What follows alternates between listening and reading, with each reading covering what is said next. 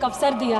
वंदे मातरम ये दो शब्द मात्र नहीं, एक मंत्र है। जब बंकिम चंद्र चटर्जी ने इसे 1870 में रचा और जब 1896 में गुरुदेव रविन्द्रनाथ टैगोर ने इसे मंच से पहली बार गाया, तब ये कोई सरकारी आदेश नहीं था, ये उस समय के दबे हुए भारतीय आम जनता की पुकार थी।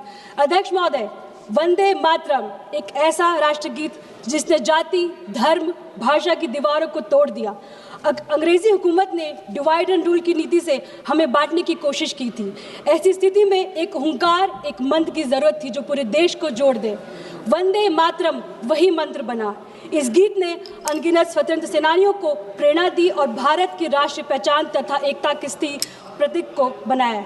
जब भी वंदे मातरम गुजा, परतंत्र भारत के नौजवानों में जोश भर गया, डर की बेड़ियां टूटी और मातृभूमि के लिए बलिदान का जज्बा जाग उठा।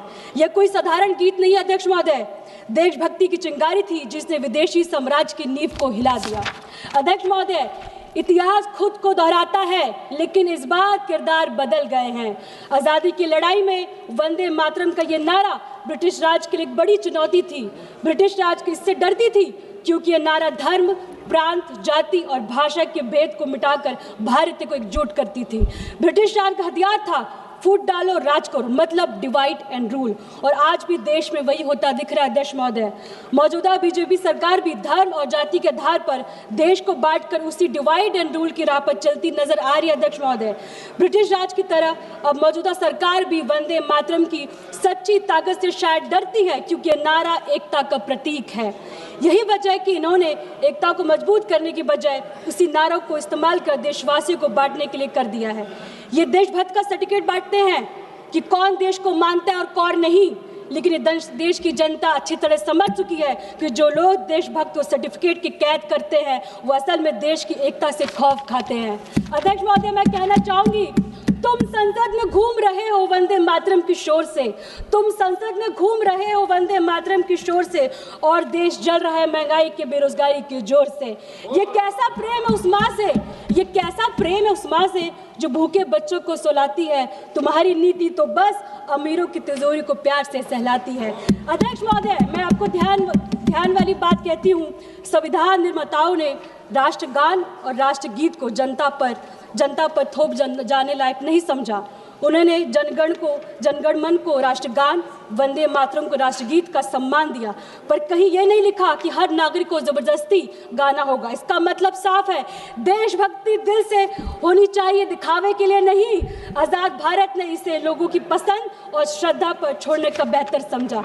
अध्यक्ष महोदय, हमारे राष्ट्रगीत वंदे मातरम के 150 वर्ष पूरे होने पर मैं आप सभी को बधाई देती हूँ। यह हमारे लिए गर्व का विषय है, पर क्या केवल गर्व कर लेना पर्याप्त है? जिस भारत माँ की हम बात करते हैं, उसकी संतानों की आज क्या स्थिति है? देश से किए वादों और स्वतंत्रता के मूल्य को हम कितना निभा पाए? अध्यक्ष महोदय, आज की बहस असल में वंदे मातरम को लेकर नहीं है। असल सवाल यह है कि देशभक्ति का मतलब क्या बताया जा रहा है। आज़ादी के समय देशभक्ति में सबको साथ लेकर चलना, एक दूसरे की समझ को रखने और आगे बढ़ने की सोच थी। देशभक्त का मतलब लोगों की सेवा करना। आज देशभक्ति का मतलब बना दिया गया है सिर्फ नारे लगाओ, सवाल मत पूछो। अध्यक्ष महोदय, संसद के शीतकाल सत्र की शुरुआत में ही सरकार ने जोर दिया कि पहले दिन वंदे मातरम पर चर्चा हो, इसलिए इन्होंने इस पर राजनीति गरमा दी, वह भी कुछ महीने पहले। क्यों?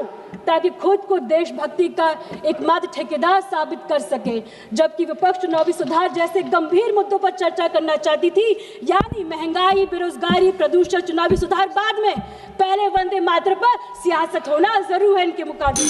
ये स्पष्ट है कि मौजूद हंगामा सिर्फ ध्यान भटकाने और भावनाओं को भड़काने का साधन है। अध्यक्ष, मुझे 2 मिनट बोलने दीजिए।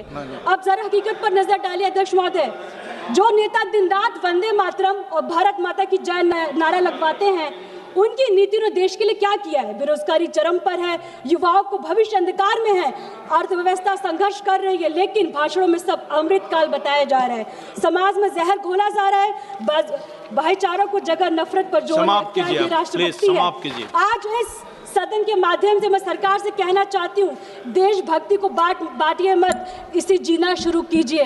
वंदे मातरम कहने का अधिकार हर भारत को उतना ही है जितना आपको है। मैं एक छोटे से निवेदन के साथ समाप्त करना चाहती हूँ।